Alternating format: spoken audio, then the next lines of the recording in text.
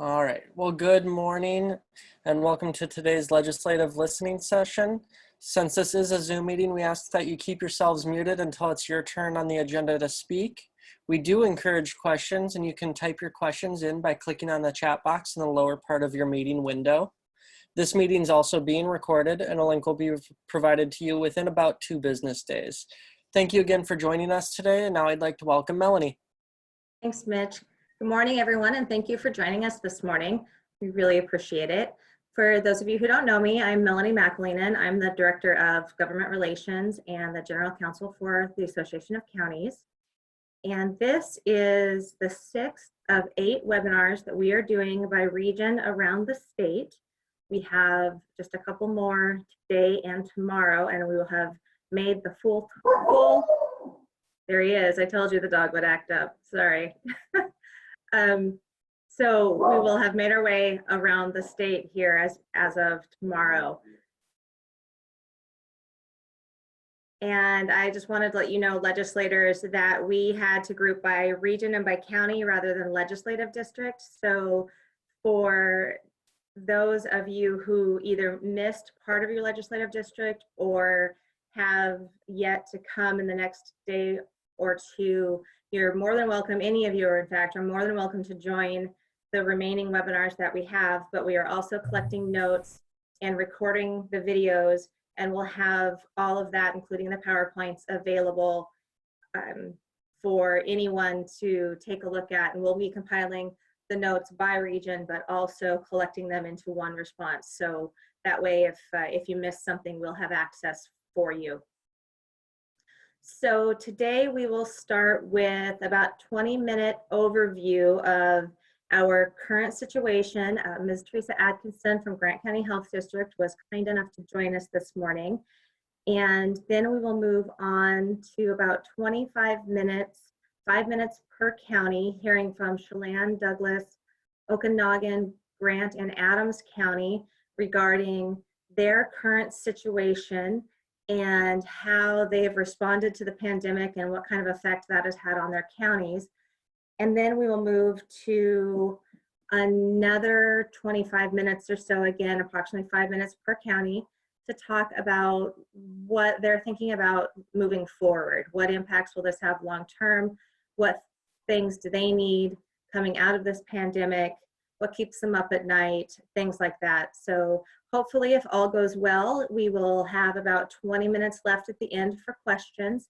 We do have to end right on time today. So if you do have questions, you are more than welcome to type them into the chat box, and we will get to them as it makes sense. So maybe during the presentation or save them to the end, depending on what they are.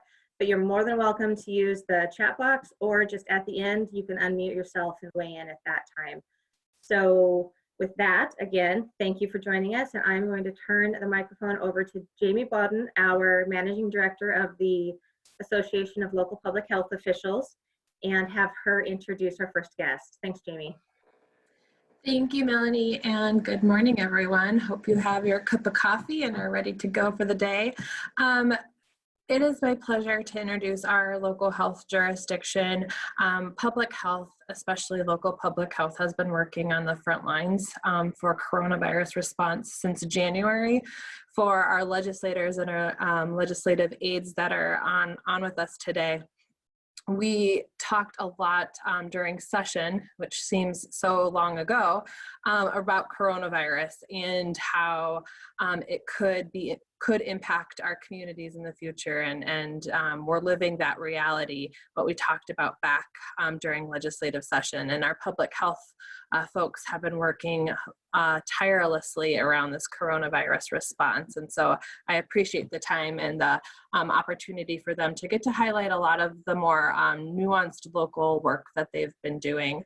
Teresa is the director and administrator for the Grant County Health District. She's also our current WSALFO president. So not only is she, heading and leading her district's response, she's also helping us with statewide issues around coronavirus and helping lead our organization and all of our local health jurisdictions together. So more work for her, but we really appreciate her leadership and her ability to see some silver linings in what can be really long days. So with no further ado, Teresa, welcome and take it away. Well, good morning. I was a little tickled by Melanie's comment about what keeps you awake at night, and I probably won't traumatize you with all of that. But as Jamie said, there are a lot of challenges with our COVID response, and there's also some amazing outcomes happening at the local and state level. So just when you're feeling pretty defeated, something amazing happens and you see your communities come together. So, and I want to thank the elected officials that have been reaching out to me. I know they've been reaching out to our colleagues, checking in to see how we are doing and if there's anything they can do to help. Tom Dent called me the other day, and he's a airplane pilot, and he offered to go pick anything up that I needed to. So we feel very fortunate to have the leaders that we have working beside us on this response. So with the first slide, we're kind of starting back in January, and it's really hard to wrap my brain around how relatively short our response time has been with COVID. But in the beginning, obviously with Washington State getting the first case, while they were responding to a COVID positive, many of us were already activating with our preparedness activities.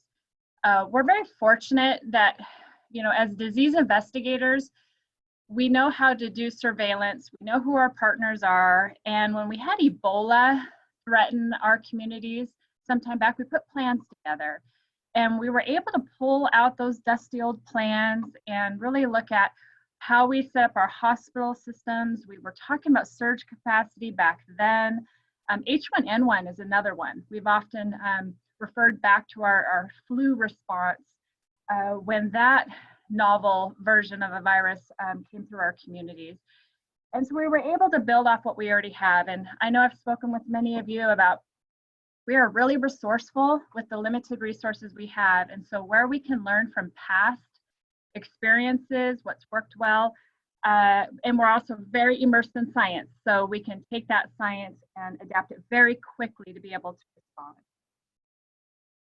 It kind of started out for us pinging of passports. I had never heard of that term before, but part of our early response was when folks were returning from China. And in Grant County, specifically, we have a lot of industry tied with China. And so we had workers trying to come and go. So we were quickly working with industry about maybe considering not traveling. We were talking about remote working even back in January, February. But monitoring those travelers, going to their homes, making sure they had the food that they needed, because we're going to ask you now to stay in your home for a couple of weeks. And that was a very new feeling for our community, and they definitely had the first experience for many of them of public health involvement in their lives and the questions we ask about their travel. We quickly picked up coordination with our health systems. They're our natural partners with so much of the response work that we do, but we were already starting to talk about surge. Learning from what happened in China, we quickly learned that we need to make sure we have the capacity. Our health officers were engaged across the whole state. They're a relatively small team, but these are the medical doctors that help guide our public health practice. And they were very quickly talking about ventilators and PPE and how we're going to preserve PPE. We quickly learned that hospitals weren't maintaining a large stock of PPE because they could get it so quickly from their distributors. And so we were already talking about PPE shortages even in those first couple of months. For my community, we were the first, by March, we had our first case. We had the first case in Eastern Washington that we knew of. We were very aware that we probably likely had many cases, but we had the first diagnosed case, and a few days later, we had the first death. And that quickly ramped up our response activities. So going from preparedness activities to system coordination, and we were already starting to respond. So by March, we were definitely building up our case investigations. We were also talking about how we were going to keep our staff safe. Many of us didn't have the technology we needed to get our staff working remotely from home. I had 3 laptops. And this is a great local, if you talk about local agency coordination, our WSU extension and libraries brought us over 20 laptops for us to borrow during this response. So I could get my staff safe and working on investigations and case tracing right away. We had to quickly develop isolation and quarantine, and that looked a little different across the state, with each health officer doing things slightly different. But we quickly got those into place. And with each case, it is oftentimes, especially in these early days of the outbreak, so many people to contact. In some cases, you would have hundreds of people to follow up on. Early on in the March, we were contacting every person that was being tested and making sure they understand quarantine. I mean, our own staff didn't always understand the difference between isolation and quarantine, and making sure my receptionists were doing case investigations for us. Literally, I have 21 staff, and every single one of us are doing this full time and have been since pretty early on in the response.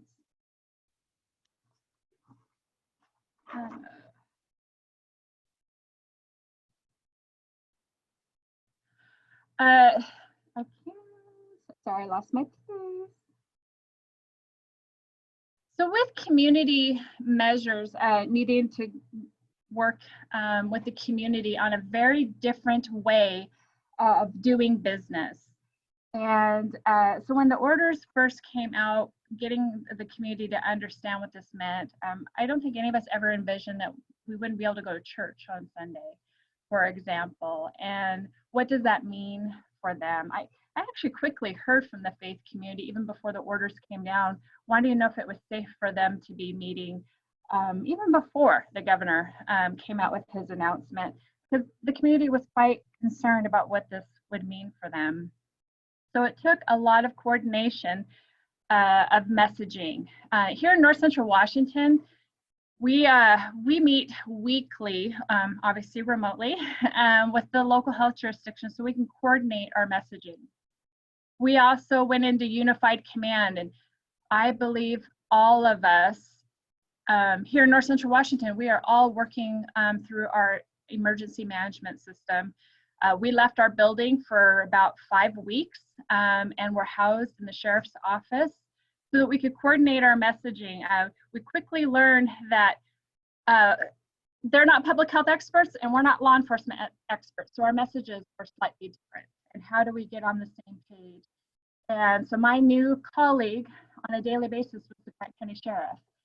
And I think that was one of the smartest moves we made early on across the whole state, because I think that's where it's working really well, is where county governments came together with their public health departments in a unified fashion. It felt like my staff went from 21 to 41. They were taking on community mitigation efforts for us. They were working on outreach to the vulnerable populations, and deputies could go deliver supplies.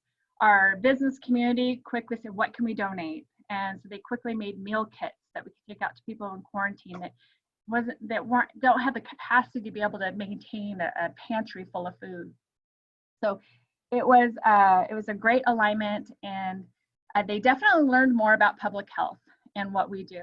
And I know how desperately everybody wants this to go away, and they were just always looking for that glimmer of hope that soon this would be going away. And we don't know much about this bug, and I always talk about that. We're learning about its behavior while we're responding to its behavior, and being able to work closely with the business communities, the faith communities, and having them put the message out in a way that made sense to the community and those that they serve. I just think it is just imperative because we are starting to see a lot of community fatigue. I always call it COVID fatigue. I'm hearing quarantine fatigue. it's very real for us. And so working with those partners is very key. When working with elected officials in our community, it's challenging when you're not part of an individual government system. So in our case, we're a district, and I've always loved that in the sense that I have county commissioners and city officials, and I have one elected hospital board member that comprises of our board.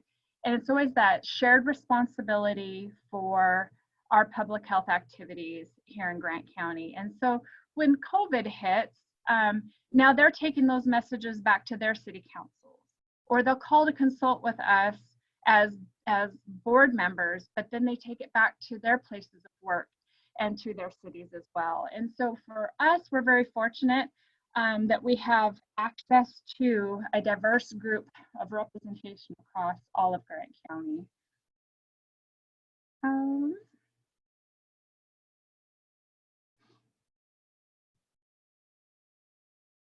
As far as messaging and local agency coordination, obviously we use platforms like Zoom on a pretty regular basis. We do daily briefings with our healthcare community, and that group has kind of grown over time to include my board members, some police chiefs, just those really working on the front lines with us on COVID response. We do that every day. And on each Monday, our health officer gives a presentation about what we're seeing with the epidemiology of COVID and what this could mean for our community. Twice a day, up until last week, we were having community meetings in our unified command where the sheriff and I would provide a daily update, and that was more community-based. We've gone down to once a day right now, but the messages are starting to change because now it's about opening up our community again. Go to the next slide, Jamie. So as we look ahead, and I've been talking a lot with my staff about, we're seeing fewer cases, but we're also seeing fewer people being tested. So it has us quite concerned that folks are not going in for testing for fear of not being able to work, for fear of having to share with the health district, everybody that they've been around. It is really posing a challenge for us, especially as we start to talk about reducing these restrictions. We know and understand that our community is very anxious to open up again, and we're starting to plan for that as best we can. In public health, we know the risks associated with this disease, but we don't know this disease all that well. And so it's just how we prepare for that, and this, you keep hearing the term, the slow opening, is really going to change the way we're doing our work, and we've got to encourage our communities to continue to test. We need to know if we have clusters of cases emerging in workplaces. When I look at our case investigations, there's quite a bit associated. We always talk about layers of Swiss cheese, people's exposure risks. And now with us opening up, now more people will have that exposure risk. I give the example of an essential worker that lives in a small home, and they have 4 family members that all work in 4 different places as essential workers. And then they all come back to the home. And with asymptomatic or folks concerned about not being able to work and they don't get tested right away, right there you have a cluster of cases in one household. So the risk is higher, as opposed to the stay home, stay healthy. Folks are staying home where they can, working from home. That reduces that risk for them. And so looking at what we've learned from the essential workers and their exposure, we need to apply that to our entire community as they get back to work. And so we're starting to have conversations with our business communities. They're anxious to open up, so we task them with, okay, let's start talking about those guidelines. What's it going to look like? You open up your restaurant, what do you think that's going to look like for you? Where are you going to put the tables? How are you going to put distance between them? You want to open up your hair salon? Okay, let's talk about your business. And then that's given them something to do while they're so anxious to open up. So rather than public health be the enemy that's keeping them closed, we can be their partner in looking at this new way of doing business for some time now. And I think we're gaining some pretty good traction. Do I wish we had more guidance from our state partners right now? Yeah, absolutely. I would be lying if I didn't say I wish we were getting more guidance, but we'll just start creating it locally, and with the understanding that we will adapt it when the time comes and we see what those experts working at the state level come up with. But at least for now, we can start looking at what happened with our first wave to prepare for potentially getting the work sites opened up so that hopefully we can avoid a second wave. And you see the second wave here on the slide, and this is once again where public health is terrified of what potentially could be coming ahead, and just being very honest with our community that we have to really be mindful until we have better treatments or a vaccine, so that we can reduce the size of the second wave. We have learned from past pandemics, and yes, we have better healthcare today, but we are an incredibly mobile society compared to back then too. So we just have our work cut out for us, and that's where these business partners, our faith community, I mean, it's literally how you talk about boots on the ground. It's literally our community preparing for this. Our healthcare system, they're looking at doing business very differently now as well. And they too are preparing for the second wave, and they're ramping up our testing. I can only speak for Grant County, but I know for North Central Washington, we don't have the capacity in local public health to do this testing. So we are completely dependent on our healthcare system to be creating these safe environments for folks to come in and get tested, so then we can take it out to the test results and work with those families individually. And so the last slide here talks about FPHS, Foundation of Public Health Services. And we come visit up in Olympia every year, and we talk about all the outbreaks that we had and how challenging it was and how expensive it was. And this is the Mac Daddy of expensive outbreaks. And we're very grateful for the down payment that we got with Foundation of Public Health Services. But when you look at our response to this pandemic, it's all foundational public health. Those communities that have data assessment folks that are able to look at the data and dive in deeper. I have a regional assessment epi that came out of Foundation of Public Health Services that we share with Chelan Douglas and Okanagan counties. And she immediately went to work and said, we need good epi data. And she got into all the data systems that we could get her permission to get into. And now she's creating weekly reports for us.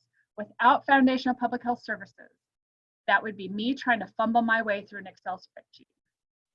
I would not have that epi data. We don't have the capacity. We don't have the funding to be able to do it. And so we have an immediate success story that's emerged because she's able to do this out of Okanagan County for all of North Central Washington. And I know Jamie, if she gets the opportunity, we'll be speaking with you more about that.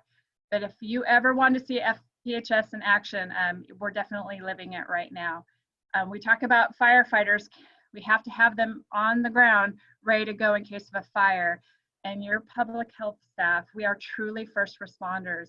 And where we have gaps in our system, that's where we're concerned about outbreaks emerging. So with that, I'll leave it there. And I hope you have some really good questions for me when we have time.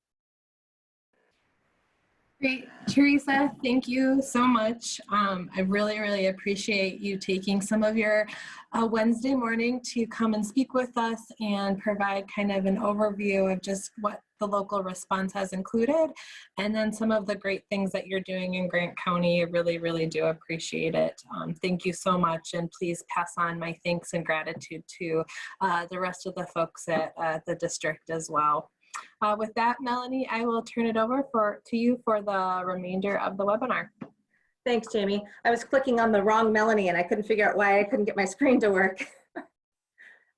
So thank you, Teresa, so much for your time. I know you all are so busy, and we really appreciate your willingness to take the time out of your day. So I lost my notes. I have too many screens up. There we are.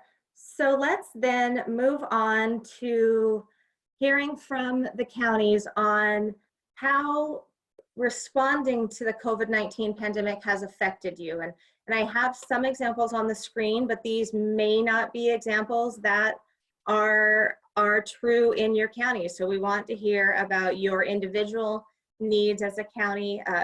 We've heard all kinds of different things, and there are some themes emerging, but there are also things that are really specific locally. So let's just go ahead and start with Chelan County, if we have anyone on the line from Chelan.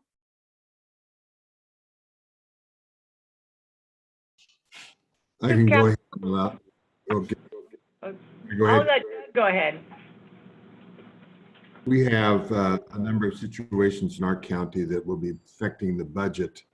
Our main one we're concerned about is our jail. We're in a situation where the different entities that we serve have made the decisions to only sentence felonies and not get involved with misdemeanors at all. And then as the judges release people that are close to their release date or are nonviolent, low threat individuals, that they are, that population has continued to go down. And as we kind of restrict what we receive from the federal government, our total population is going down, and that's what our budget is based on. And so that's going to affect it there. Our community development gave a report yesterday also that their permits are down drastically. And even though that is opened up now, we're not sure how quickly the response will be. We're dealing now with just existing permits, and how quickly we move into new ones. We'll have to look at that in the additional month.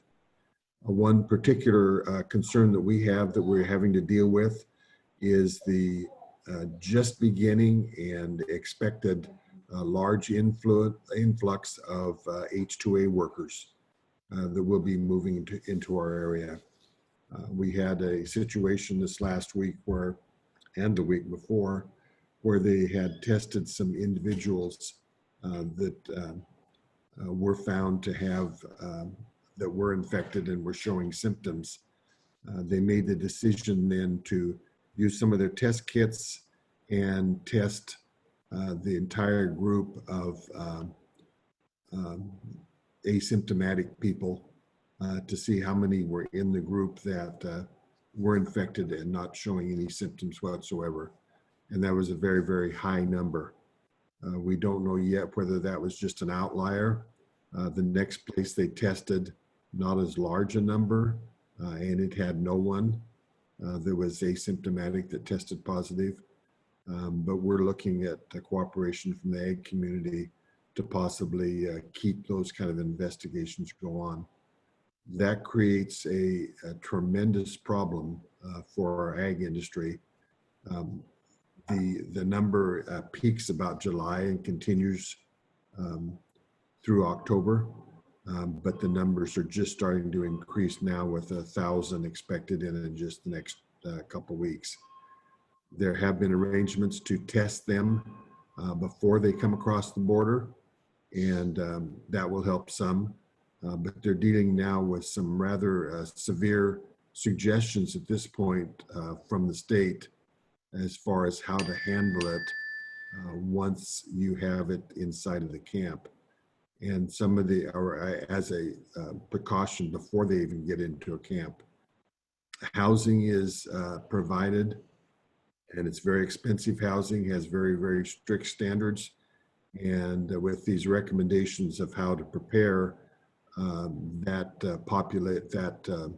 capability is cut exactly in half. And so we're not sure what to do with everyone. You have to guarantee salaries. You have to tell people that have no symptoms whatsoever that they have to sit there and not earn money, while the person right next to them that appears to be just as healthy is out earning some very good wages. And so that creates a problem all the way around. So that's what our big issue is right now.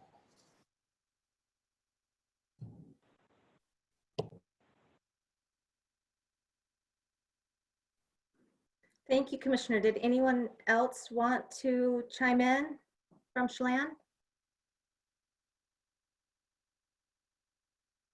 Okay, well then let's see if we have anyone from Douglas on the line.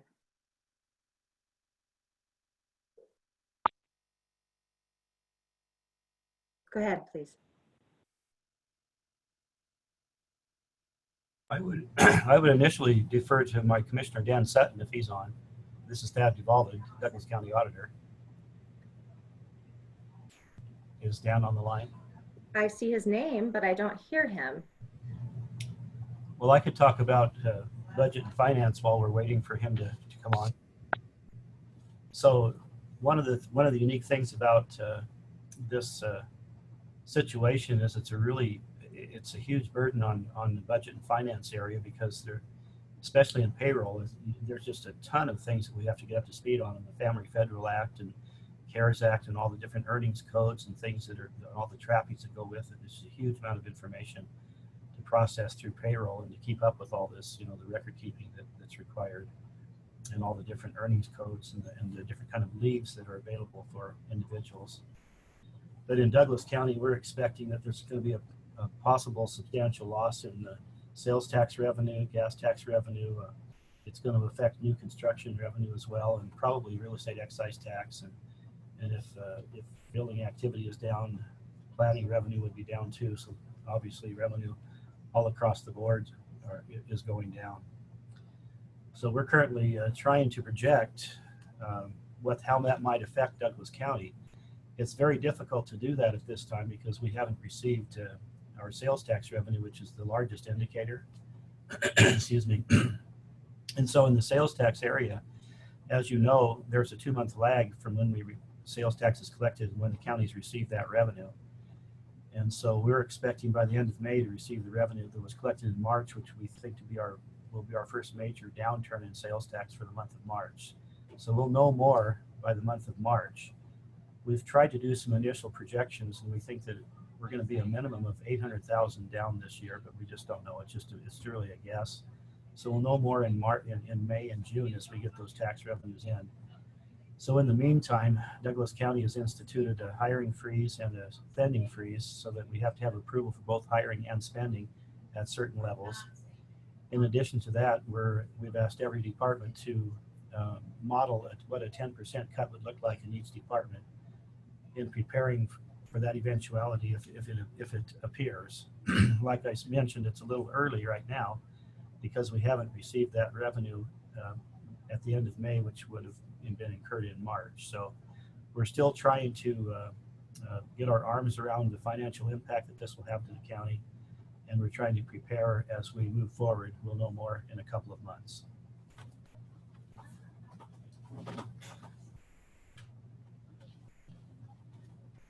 And I guess speaking from from a personal standpoint, county auditors run elections.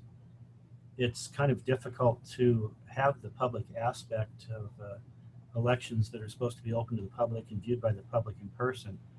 It is difficult to negotiate that. It's fairly easy in these spring elections, but if we are under the same conditions this fall in elections for the August primary and the presidential election, that's going to be very difficult to manage social distancing and to manage the public aspect of wanting to come in and view the elections process.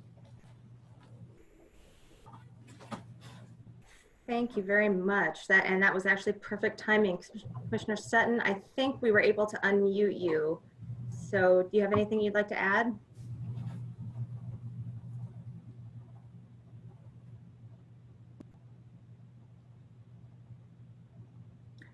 Well, you don't appear to be muted on our end, but you may still be on yours. You may have to unmute yourself as well.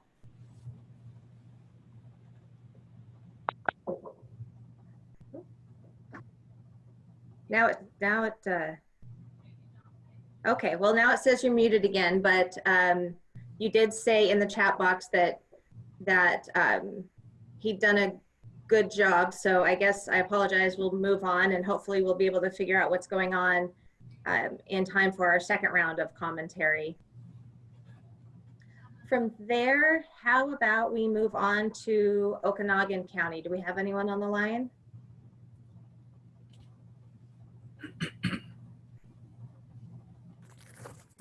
Yeah, Commissioner Branch here. Good morning. Good morning.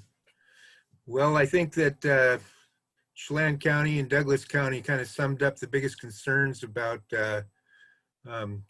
income in budget and finance. I echo that. We, in fact, don't have a good projection on how things are going to go, although we have given guidance to our departments to only spend on the very necessary and essential items at this point. I think the biggest thing on our minds this week is a very restless small business community. We have had a group of folks called Open Okanagan come down to the commissioner's hearing room and express their desire and concerns about getting Okanagan County open. So in that effort, Dell showed up outside the commissioner's hearing room, and we were trying to hold to our distancing and virtual meetings. Two of the commissioners did go down. I stayed and was able to participate in the meeting from my home office. So we are encouraging that group of people to come up with some safety plans, some soft opening plans. I think that was talked a little bit about by our regional health official or representative, and we're following that guidance. We're going to be giving them guidance, but we still have quite a few concerns. Just about the time they showed up and wanted to open, our numbers started to increase very slowly. We have 26 positive cases. I don't think we have enough testing to really tell exactly what's happening behind the scenes. So a little apprehensive about authorized opening anything beyond what the governor has planned. We are hoping though to be ready. We hope those businesses are ready. I did ask someone to observe outside the window, the folks that were out there, and ask how many were wearing masks, because that was my assessment of their commitment to actually open safely.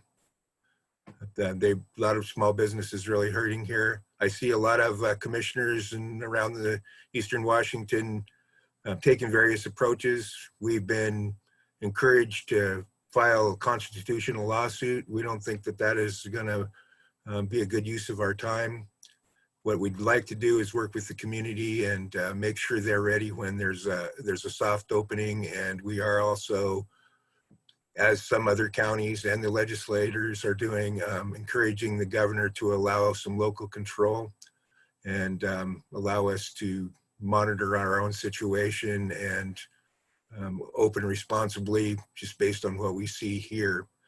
There's a lot of activity in the larger stores, Walmart, Home Depot, the big Safeway stores and all those, a lot of people there.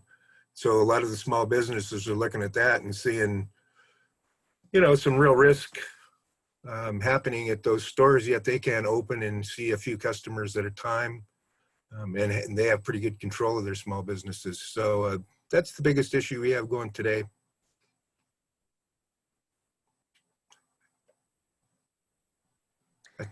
Thank you, Commissioner. I appreciate that. And I think that's an interesting point about the small businesses looking at the big ones and feeling a sense of inequity. I hadn't actually thought about it that way personally. So thanks for keying me in on that one. Do we have anybody else from Okanagan County before we move on? About Adams County? Anyone on the line from Adams?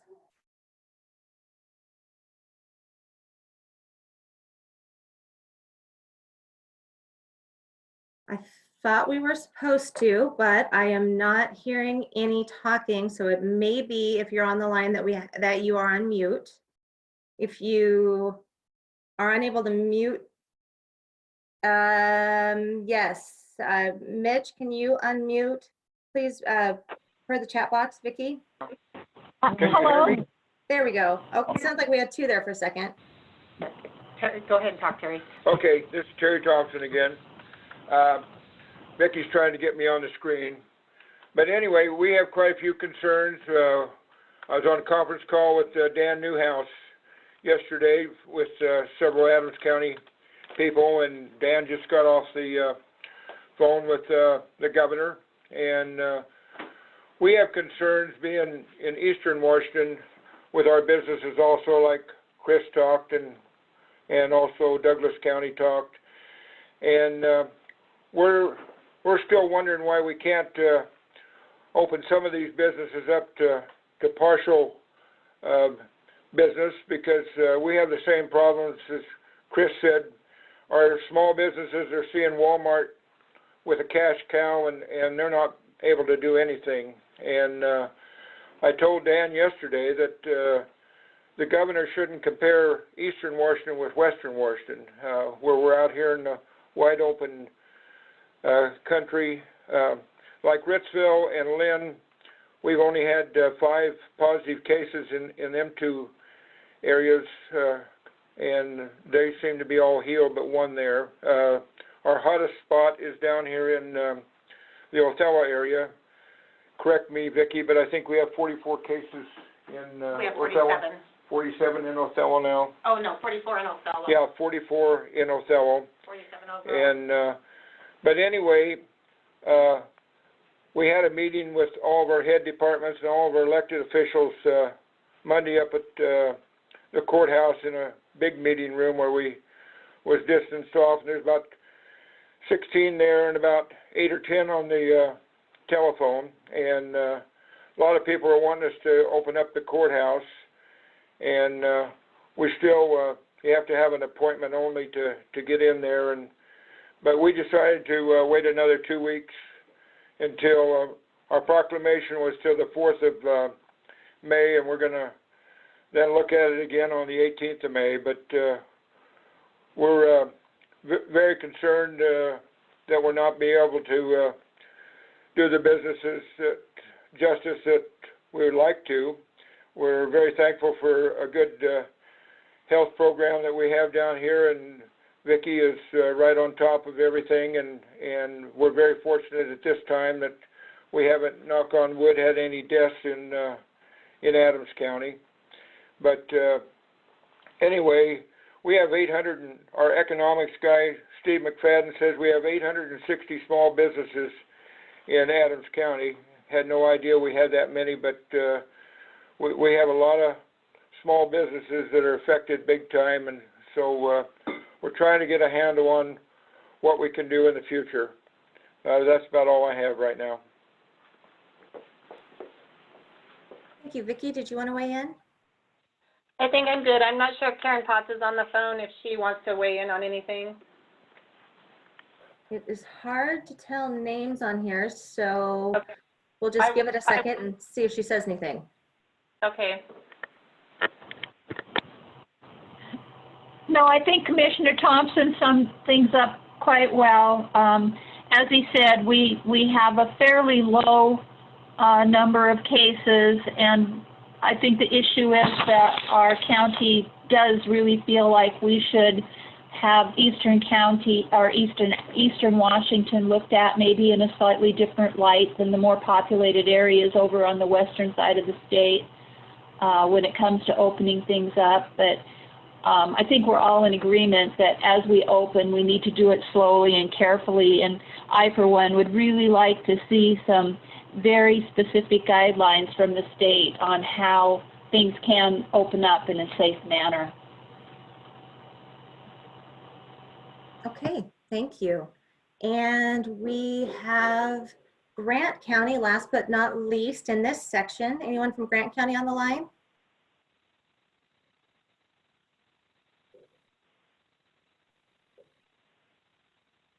Hey, Melanie, it also looks like Dan Sutton raised his hand, so I've unmuted him just in case he has something he needs to say. Okay. Okay, this is Grant County. Can you hear me? Yes, thank you. Okay, sorry, it just took me a minute to unmute. I think our biggest concern is to small businesses. I was working with the governor's office yesterday just to open up funding for salons for cosmetologists. Most of them have not received their small business, like a single owned. I don't know if you guys are experiencing this as well, but if they don't have a business, they don't have employees, they're self-employed, they can't apply for unemployment. They were finally able to apply for unemployment, but they have to be denied and they go through the kind of the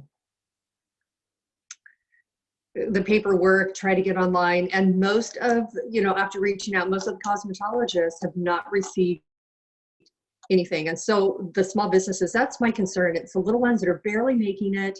And it's the mom and pop stores, but we have been inundated with emails, with phone calls of opening up businesses. And I think we've learned the social distancing. I'm not saying we have it perfect, but when you go places, you do allow for that 6-foot spread going into like the big stores, Walmart, Safeway. I think everybody is reasonable about doing that. And I would really like to see opening up these small businesses because it is killing our community.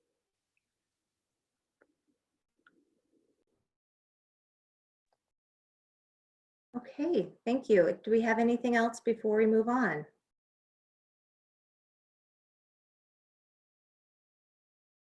I always try to pause for a moment just to make sure no one's trying to get themselves unmuted.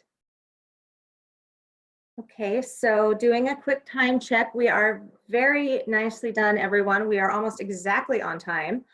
I would like for us to spend the next 25 minutes or so hearing from each of you counties about, go ahead and advance the slide, Mitch, about what worries you going forward.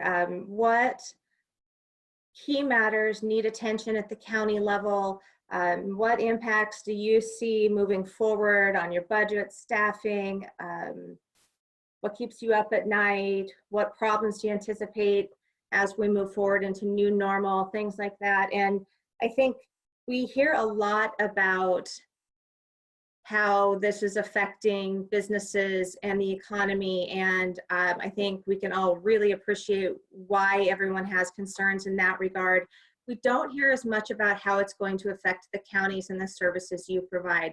So if you could spend some time talking specifically about what it means, the lack of revenue coming in from the bad economy, for example, what will that make you have to do in the county and what services will that impact? Let's spend a little time talking about that if you can. And why don't we just reverse the order and go back to Grant County?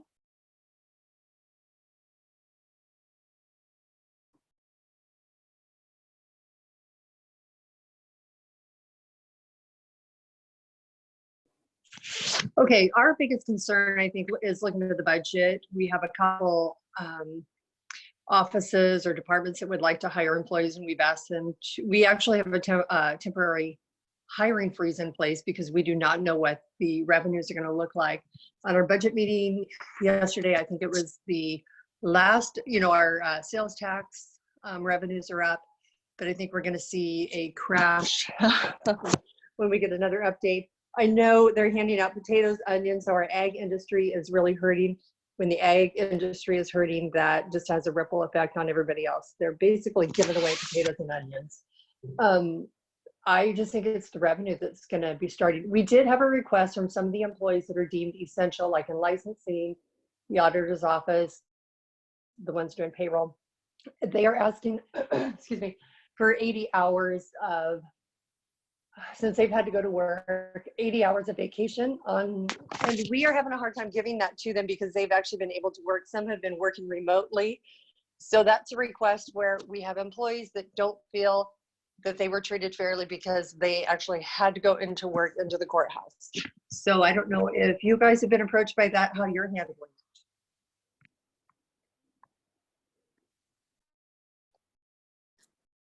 it. Okay.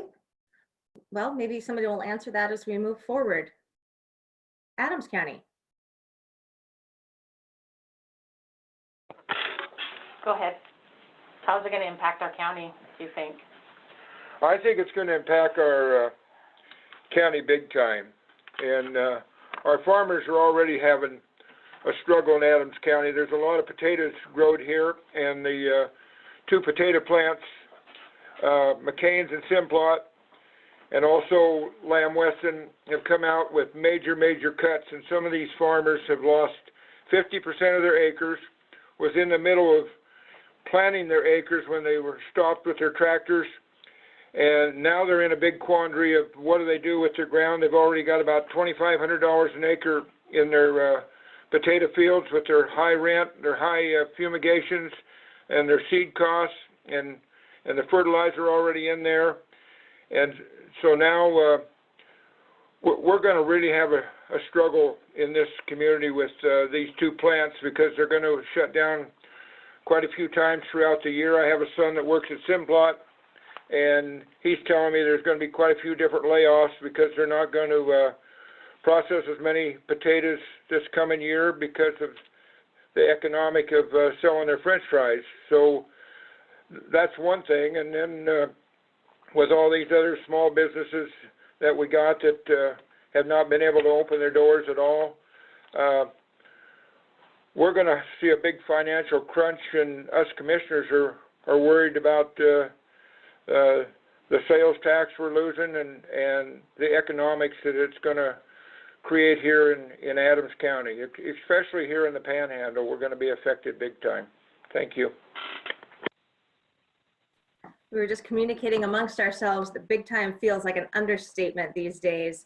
And we do have a question in the chat box that I want to go ahead and get to now. It's from Senator Christine Rolfes, who is the chair of the Ways and Means Committee. So it is so wonderful to have her on the line today.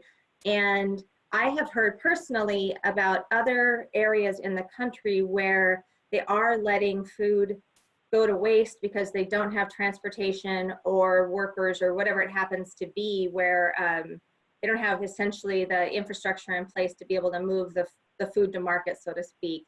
And you had mentioned something that she had a question on. What do you mean that they're giving potatoes away? Could you touch on that a little bit, please, sir? Yes, this is Terry Thompson again. John Marshall, that's what he's doing right now up in Ritzville. The Hooterites have got several big trailer loads of potatoes that they've hauled in to Ritzville, and they're giving potatoes away big time there. I look forward to maybe they'll have some giveaways down here. Yesterday I went out to Target Ag at Bruce, and they were selling 50-pound onions for $5 a bag, and that's about 5 times less than their production costs. I picked up 4 50-pound bags and taken around to my neighbors last night. And so there's going to be some giveaways right here in Adams County. Thank you. Thank you. So I want to make sure I'm clear, and I think you answered it in the second half of that question, but are they giving them away as a good community service, or are they giving them away because there's really not a lot of other options available? And the second half of your answer about the low price kind of made me think it's the latter, but I just wanted to clarify. Well, it's both. One is the Hooterites are giving away a lot of their seed potatoes that they'd already bought that are still good and edible, but other than to take them out and throw them away, they're giving them away, and that's what Target Ag was doing yesterday. It was on Facebook, and so that's why I ran out there. They're selling them way below cost just to help the people and also help them get them out of their warehouses. What I've heard, they basically have to dump the potatoes. There's no market since the restaurants are closed, the schools are closed, the large facilities that feed people. And so instead of just throwing them out, they'll haul them to the feedlots, give them to the animals, wherever, pile them up. They're just trying to get rid of them, give them away. It was more of a, we can't run them, they're not worth anything. So if you can come and take them, use them, that's what their method is. Great, thank you so much. That does make some sense in a sad kind of way. Anything else? All right, are we on Okanogan County now? Yes, well, what we hear from the treasurer is the biggest frustration really is just knowing what the impacts are, trying to predict with delayed tax payments, delayed returns, real nervous about what that's going to look like. And it's really hard at this point to make any projections. Have some real concerns about our junior taxing districts in that regard. We've had folks ask for us to extend the date for their own property taxes. A lot of people are good, they're paying, but there are those requests, and some of these junior taxing districts are are operating on minimal budgets anyway, so we have some real concerns about them and being able to provide the services that they do. But you know, everything seems to be sort of up in the air in regard to those kind of predictions. Again, we have you know, directed all departments to not spend on anything that they don't necessarily need now. Also the fruit industry, of course, with the issue with COVID discoveries, positive cases in amongst H2A workers, real concern about whether or not there's going to be an adequate workforce to pull the crop off. It's a real new challenge for those companies that have to now monitor and try to track the virus while they're trying to keep their workforce intact. Those are probably some of our biggest concerns at the moment. The county is prepared to open up some of our county departments a bit, but we still watch these numbers that again concern us because of the latent effect that the data that we receive is. And then of course these recent positive cases require some tracking, and we don't know where that's going. So we're a bit nervous about opening business to help address these issues. And we're playing it day by day. So like Monday morning, it'll be a whole new day and some whole, you know, decisions with new information. And that's kind of how we play. It's kind of adapted management for sure. Thank you, Commissioner. Appreciate it. Do we have anyone else from Okanagan before we move on? Okay, Douglas County.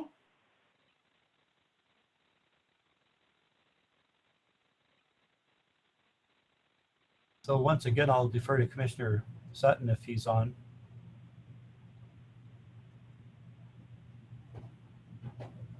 So I'll speak to the budgetary effects for Douglas County. If obviously the farther we go into this situation without opening the economy back up, the deeper the ripples get all the way across the board, including like the food supply chain and everything we've talked about. It's also affecting our hospitals because they're empty and not receiving revenue at this time as well. And so we've got our major hospitals in Chelan County. I'm not sure where they're at on their staffing levels, but we've heard that in some hospitals they're laying off nurses now. So that's kind of concerning as well. But in terms of the budget, if we do have to go forward and take a 10% budget cut in Douglas County, if that materializes, for current expense, that would be almost $2 million. And speaking for the smaller counties, if you have to take that kind of a cut and you do it across the board to all of our small offices, many of us only have one person for each individual job in the office. And so what would happen there is we'd have to be combining, we'd have to enter into layoffs because, as you all know, in our budgets, at least 80% typically of our budget is labor and benefits, and probably 10 to 20% are the operating costs and supplies.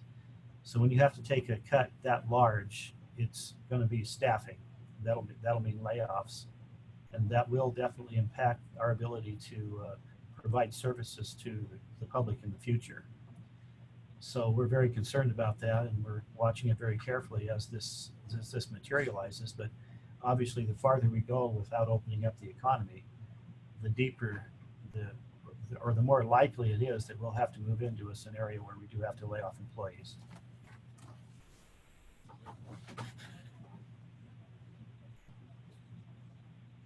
Commissioner Sutton. Thank you very much. And I'm so glad you're able to join the call today, since Commissioner Sutton appears to be having technical problems. But if not, Commissioner, you're more than welcome to weigh in.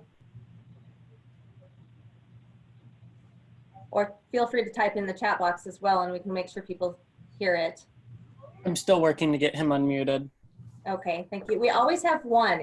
There's always one issue per phone call. So you're just the unlucky one who got stuck with it this time. How about we move on to Chelan County then?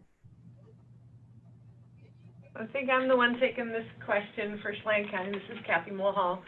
And really going forward, I think our biggest fear is where our taxes, our tax dollars, you know, that without the economy opening up, that our sales tax and also then our property taxes are going to be greatly affected by that. County so far has been lucky in that we have had a pretty healthy reserve, but I do anticipate that we will eat heavily into that reserve over the next period of time. I would say that it's not what is going to be happening here in 2020 that probably scares me the most, but what's going to be happening for 2021 and potentially 2022. Some of the things that I think that we probably need to be aware of as an association and moving forward with our legislators is trying to figure out how to build better trust into our local governments, because I think our local governments here, I say we know best. We're the ones who talk to our citizens every day, and we see sort of this more patriarchal type of thing going on with our governor saying he knows best. And I think that we would have been safe to open up some limited, construction here even before the governor was wanting to do so. And it was just this lack of, I think, trust of knowing what the local governments can do here and checking out what we're capable of doing. And I think there's going to be a fear of over-regulating as we try to open up and do it the way Olympia thinks is the correct way to do it, versus really taking a look at what our, in concert with our local health professionals, what we can do here to open up safely and getting that message out to Olympia and to our legislators, I think is quite important. And I think that as we see sort of this, the money coming out from the federal government, and then it goes to the states to get to smaller counties, I think they need to really look at the per capita dollars that are coming to small counties is way less than the 4 big counties. So they really need to take a look at what they're doing to local governments and not trusting us to do the best that we can here on a local level to save our ag communities, to really work with our local small businesses. And as always, Kathy did very well kind of explaining our situation. We are very concerned about what the whole picture looks like when we get started. We're getting feedback through the state health officials that they're pushing right now to open King County before they do us, since King County hit their peak earlier. And our argument is very vehemently the other way around, that we should, because of our low numbers, should be able to move back into business much, much quicker. And we're not fools. We know how to do it best here. And we are trying to push that idea along. Commissioner England, this is Eric Johnson. Did you want to comment at all on Senator Rolfus's question around agricultural products that was answered out of Adams County? But I think you clearly have a strong history in agricultural industry. Did you want to weigh in on that question at all? We're having the same struggle. We don't grow potatoes here, but we do grow tree fruits, and the tree fruit industry has been hit and is staggering, based originally on the tariff response from some of our major markets. But then as restrictions kind of rattle forward, it's starting to hit us the same way it is the meat processors, and now it appears to the potato growers and the onion growers. And we can do nothing right now but feel very, very sad for their situation. Our situation right now is the fear for the labor force that needs to come and will absolutely devastate us this coming year. We can withstand a year or two of bad times. We've already had those. And so if we hit a situation where we can't get our fruit off the trees, we're going to be devastated. And we don't get to wait a year and replant the next year. When our trees come out because we can't pay the bills, that goes away, and it becomes houses or becomes something else, and that trickle down affects everybody. Our concern immediately right now is that if our packing warehouses have to close down for whatever reason, we will be in a very serious situation. Great, thank you. Thanks, Commissioner. So Jamie, I don't mean to put you on the spot, but we have a little bit of time, and I realize I am putting you on the spot and you may not have this information in front of you, so feel free to shut me down. But one of the comments that was made earlier about per capita, that was in terms of funding, but it raised for me the question of caseload per capita. So for example, it might look like a county has a very small number of cases when you just look at the number, but when you look at it in comparison to the percentage of the overall population, then as a percentage, it might be every bit as bad or worse than, say, Pierce County with a much higher population and a higher number count. About these particular counties that we're talking about now, is there anything in that regard that's worth noting for comparison purposes? I guess my question also would be in terms of being equipped to handle the caseloads as well. And again, I apologize for putting you on the spot, but I had a curiosity. Yeah, Melanie. So I haven't done this with the most recent case numbers, and I'll always put in a plug for the dashboard that the Department of Health has, because they've really expanded their epi data that is available to the public. But looking at case like population, excuse me, percentages, you know, a lot of our eastern counties are just as impacted as our Puget Sound counties. Again, the numbers, the total numbers might not be the same, but if you're looking at percentage or proportion of the population that's being impacted, that's definitely the case. So for a good example would be Yakima. I know they're not part of this region, but they have the highest rate right now in our state at 31% as of last week. And I would wager that that's probably increased, or not 31%, excuse me, 0.31%. And that's the biggest in our state. You know, for comparison's sake, Snohomish, which was our first case, and where the outbreak hit quickly and early, it's 0.26%. Other counties that are impacted, I think, adversely, you know, I look at Grant. They were the first county that was on the east side to have cases. They're sitting, again, this is last week's numbers, but they're sitting at 0.14%. Adams County is 0.21%. So I think that's really important to note too, is while numbers are low, proportionately, they're being, you know, this is impacting everyone, you know, everywhere, kind of similarly. And we see some pockets of counties that, you know, are hovering pretty low.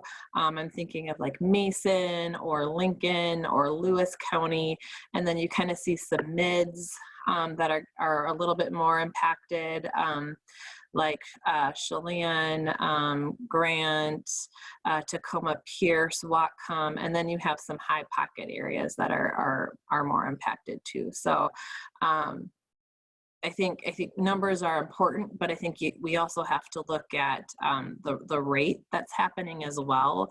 And while 43 seems low or 12 seems low, depending on how that is impacting the community and how widespread that is in the community, can be a really big deal.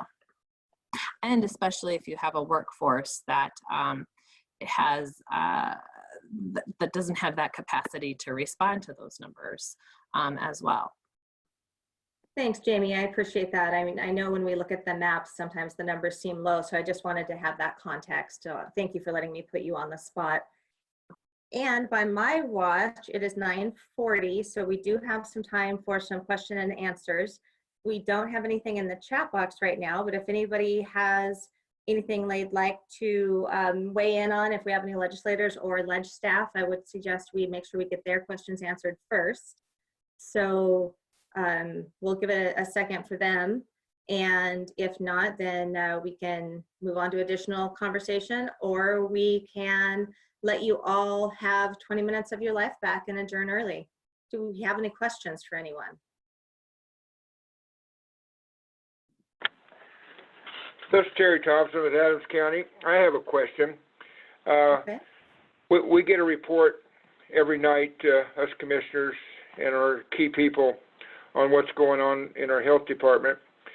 And we had one case that we found out it took 3 weeks before they got the positive back. Isn't that right? Yeah. And so I'm quite concerned, and this individual, the case was taken out of Grant County, probably at the hospital or somewhere. Where was it? At Samaritan. At Samaritan. But we didn't get the results back for 3 weeks, and that's really scary to me.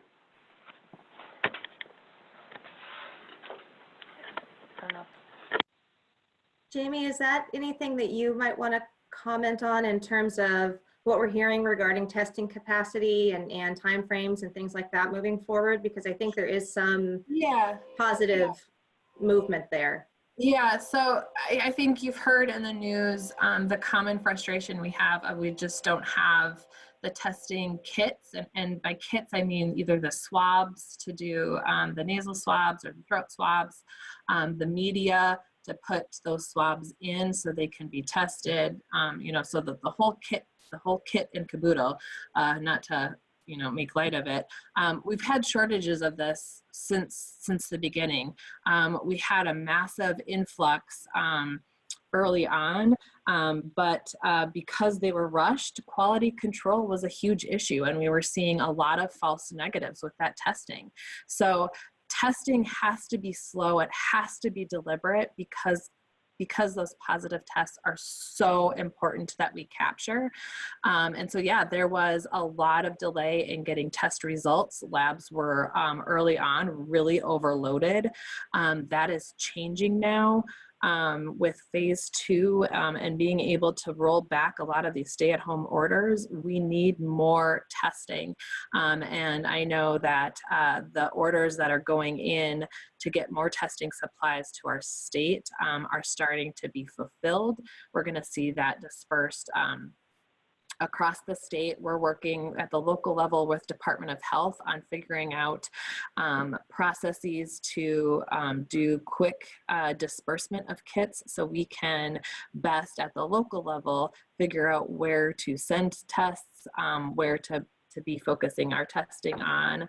And so I think you're going to see more and more changes. A lot of that has to do, and why we haven't been able to do that, is just the supply chain, and it's a bottleneck that just really, really needs to get opened up. And we're working as quick as, you know, as much as we can at the local level to help with that, as well as at the state level, and coordinating with the state is very key on that. Jamie, this is Karen in Adams County, and I would like to speak to that. We really have been seeing test kits coming our way, and I'd like to thank the state for the materials that our labs and our clinics have been receiving. And that particular situation was not a situation of not having the materials to do the test, or even the fact that the test took a long time. We've had very good luck in Adams County. Our average turnaround time now is 2 to 4 days for all of our clinics to get our testing done. Excuse me. Our problem seems to be that we have not a lot, but individuals do go to test outside of our county. And so sometimes we have a long delay when someone gets tested outside of county, and then we don't get those results from labs that are unfamiliar with Adams County, or they don't get those results to us. And so we've been reaching out to outside labs one at a time and making sure that they know how to reach us and get those results to us in a more timely manner. Thanks, Karen. Appreciate that clarification. Yeah, that's really interesting. Thank you for that. And Chris Branch wanted to say, he put it in the chat box, so I want to make sure everybody sees it, that our ability to open the economy is relative to our health department capacity to monitor restaurants and hospitality businesses. More testing ability and more staff is needed to be safe. And then he also added a second comment, which is also important, I think. Opening fishing season is going to have an unpredictable impact. And I think both of those are right. And one of the things that it jogs in my mind is the fact that we are so focused on testing and COVID specific issues that we don't necessarily remember the other things that our county health departments are required to do, that the rest of the work hasn't gone away, I guess is what I'm trying to say. And I think that all factors in. And Teresa Atkinson says she has a comment on testing. So I'm going to stop talking and let her take over. Yeah, something to be very mindful of when we talk about opening the economy or segments of the economy. That weighs very heavily on your local health department's ability to respond. And that's what Melanie was going, and Karen as well. We, like right now, I have all my staff working on COVID, but we're going to have to get back out to do restaurant inspections. I've already had to pull more of my staff out for our septic program. We were trying to squeeze in the essential septic stuff in the middle of all of this because we were trying to keep ag moving along. And so it is complicated. And we talk about each county being able to open themselves up. I've been on many of those conversations, and we've talked about a regional approach. We got to make sure your health department can keep up. And I would encourage you to be talking with your health department about how they're going to man it, because this is what keeps me awake at night. My staff are exhausted. We have been going since day one. My management team has been working 7 days a week for weeks on end. It is absolutely mind-blowing the amount of work that we have to do. And so when we start to talk about opening our economy, and I want your people back at work too, I completely understand that. But I don't want to see people getting sick and dying because we can't keep up with their case investigations. And so we're going to be looking to you all to help us get these volunteers and some of your staff that aren't able to do all their work right now become our investigators and our contact seekers, whatever you want to call them. We can get them trained up, but this, especially for North Central Washington, we have very small health departments in district, and we have a lot of residents to be concerned about, and we have a lot of guest residents that aren't even counted when we allocate funding by population. Our migrant farm workers are not a part of that count, and they're a real part of our investigations, and we want to keep them safe too. Absolutely. We had a comment in the chat box, Teresa, that I think you may or may not need to answer, but Commissioner Sutton said, I would think at this point in time, restaurant inspection demand is reduced. And of course that is the case, but I imagine with restaurants and hotels and all kinds of other businesses that there's some kind of need. And I am not a health person, so I don't know, but in terms of starting them back up, there might be something that you need to do. Exactly. Right now, none of us are doing actual restaurant inspections, but we're having to check in on them. They're still serving food. And we have, by law, a responsibility to make sure that the food they're serving is safe and for you all to consume. So although we're not out there doing the inspections, as we start to look at these new models and what things are going to look like, we're not only going to be working with restaurants that we get fees for, but now we're going to be working with small businesses that we don't regulate, and we don't have dedicated funding to do that, but we're going to have a responsibility to work with them. And that's why I spoke during my presentation about working with the sheriff's office and working with our city and county partners, because they're going to help us be the boots on the ground for some of those segments. But it is a whole nother body of work. And even though we're not out inspecting the restaurants, we do have a responsibility. to be maintaining contact with our restaurants and making sure they provide safe food. Well, I was saying thank you, but I was on mute. Sorry about that. Any other questions or comments do we have? I don't see anything in the chat box, but if anybody wants to jump in, please feel free to do so.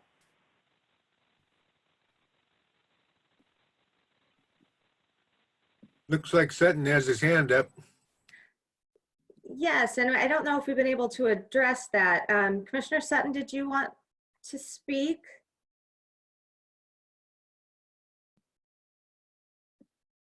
Or maybe we still can't let you speak, perhaps. We have a new message, let's see. Nope, he says he's fine. Okay, thank you. Any other last words?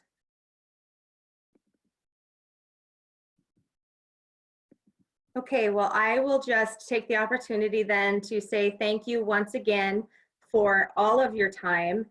I know that as an association, this time after the legislative session usually has a little bit of a lull before we move into something busy, and that has most certainly not been the case. We have just spent all of our time and energy on this issue and making sure all of our affiliates and our commissioners and council members have as much information as we can provide them and as many questions as we can answer for them. So please don't hesitate, any of you, legislator or commissioner alike, if you do have questions or do need anything, please reach out to us. We are in regular communication with the governor's office and can maybe help facilitate getting some answers there if you need them. Just please don't hesitate to reach out. And I think we are moving hopefully closer to our next phase. I think we've seen some progress and hopefully opening up some outdoors and things like that won't cause more headaches than it's worth. Hopefully it will be a good move to keep people at least maybe mentally healthier and not have a situation that makes them sicker. So, and hopefully we'll continue to progress down that path. And with that, I will tell you that we have at 11 o'clock this morning, our next region, which is Skamania, Yakima, Klickitat, Benton, and Franklin. And any of you who are interested are welcome to join us for that one. And then tomorrow we have our last regional webinar. We have Spokane, Lincoln, Stevens, Ferry, and Ponderay at 2 p.m. tomorrow. And then again, you are more than welcome to join us for that one as well. And within the next day or so, you will all receive a summary of this call with a copy of the recording and a copy of the PowerPoint, which has some other contact information and things with it as well. We just didn't put up those slides. And then after we've done all 8, it'll take us a few days, but we'll put a summary together in that regard as well. So stay tuned for additional information. And thank you very much one last time. We appreciate all your hard work, and we will go ahead and have us adjourn a few minutes early. Thank you. Thank you.